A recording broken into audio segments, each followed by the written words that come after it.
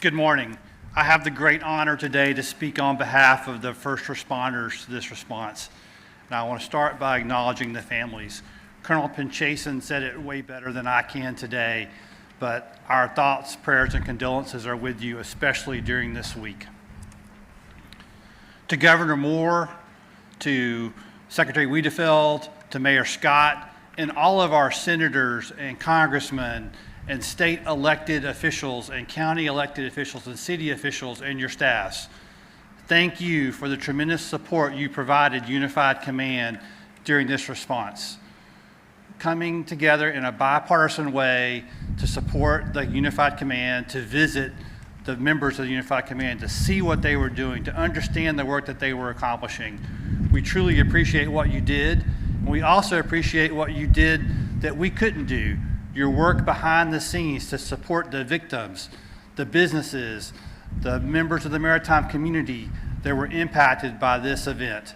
Thank you for that support, because that truly eased some of the pressure on the Unified Command.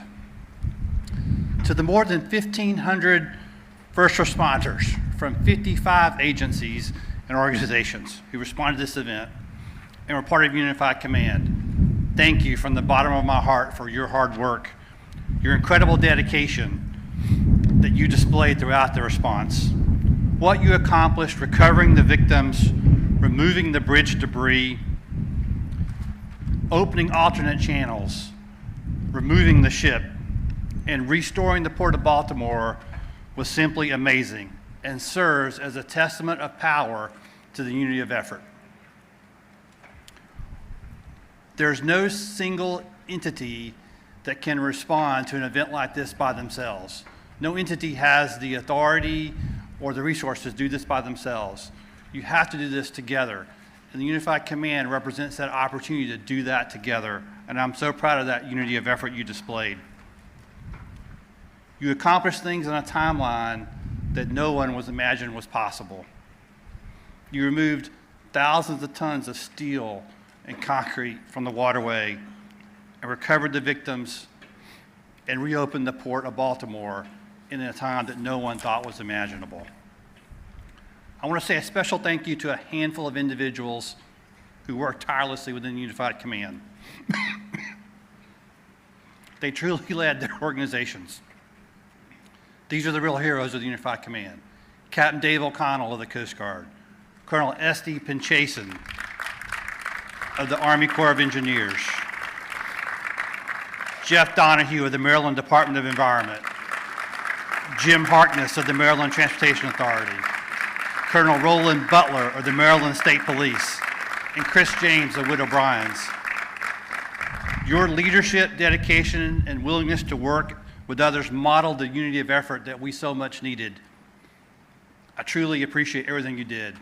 And there's one other individual who worked with inside the Unified Command that I must recognize, and that's Mr. Paul Hankins from Navy Supervisor of Salvage.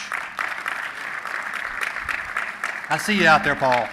Paul, the work that you did with the salvers and the divers to coordinate those efforts truly made a difference. Governor Scott, or Governor Moore, Lieutenant Governor Miller, thank you for your individual leadership during this response. Thank you for the amount of time that you spent inside the Unified Command, visiting with people, walking the floor, getting out on the small boats to see the conditions they were working in. Thank you for that unqualifying support and the love you showed those members of that team. And thank you particularly for your emphasis on safety, as not a single first responder was hurt during this event. And that's a testament to your leadership.